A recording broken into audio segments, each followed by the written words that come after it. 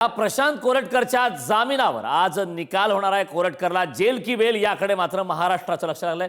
शिवरायांचा अवमान केल्याप्रकरणी कोरटकर न्यायालयीन कोठडीत आहे। त्यामुळे आज प्रशांत कोरटकरच्या जामिनावरती काय सुनावणी केली जाते, काय निकाल दिला जातो हे पाहणं महत्त्वाचं आहे। मात्र आज प्रशांत कोरटकरला जेल होणार की बेल मिळणार याकडे मात्र सर्वांचं लक्ष लागलेलं आहे।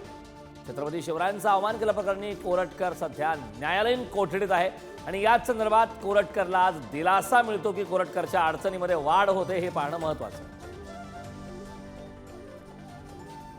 या संदर्भात ताजे अपडेट देण्यासाठी आपले प्रतिनिधी स्वप्नील पाटील आपल्यासोबत जोडलेले आहेत। स्वप्नीलकडे जाणार आहे। स्वप्नील, खरं तर आपण पाहतोय प्रशांत कोरटकरच्या जामिनावरती आज निकाल दिला जाणार आहे, त्यामुळे जेल की बेल हा प्रश्न आता महाराष्ट्राच्या मनात आहे। काय सांगशील सविस्तर?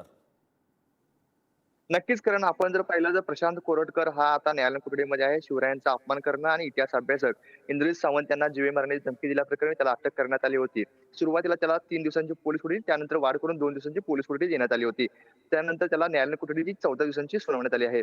परंतु त्याच्या वकिलाने सौरभ घाग यांनी प्रशांत कोरटकर याचा जबाब पूर्ण झाला आहे, तपास पूर्ण झाला आहे असा युक्तिवाद करत त्याला जामीन मिळावा यासाठी सोमवारी कोल्हापूर न्यायालयामध्ये जामीन अर्ज ठेवला होता। परंतु यावरती सुनावणी झाली, परंतु याचा निकाल मात्र न्यायालयाने राखून ठेवला आहे। या निकालावरती आज सुनावणी पार पडणार आहे। व्हिडिओ कॉन्फरन्सिंगद्वारेच प्रशांत कोरटकर याला न्यायालयामध्ये सुनावणीसाठी पुन्हा हजर करण्यात येणार आहे।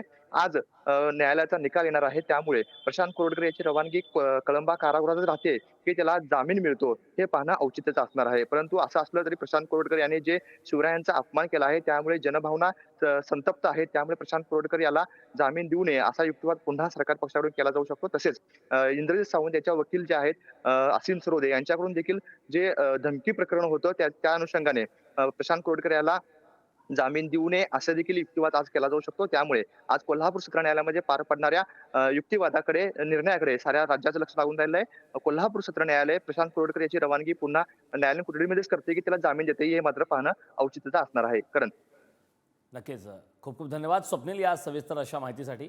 तर प्रशांत कोरटकरच्या जामिनावरती आज सुनावणी होणार आहे, त्या संदर्भात काय घडामोडी आज घडतात हे पाहणं महत्त्वाचं आहे।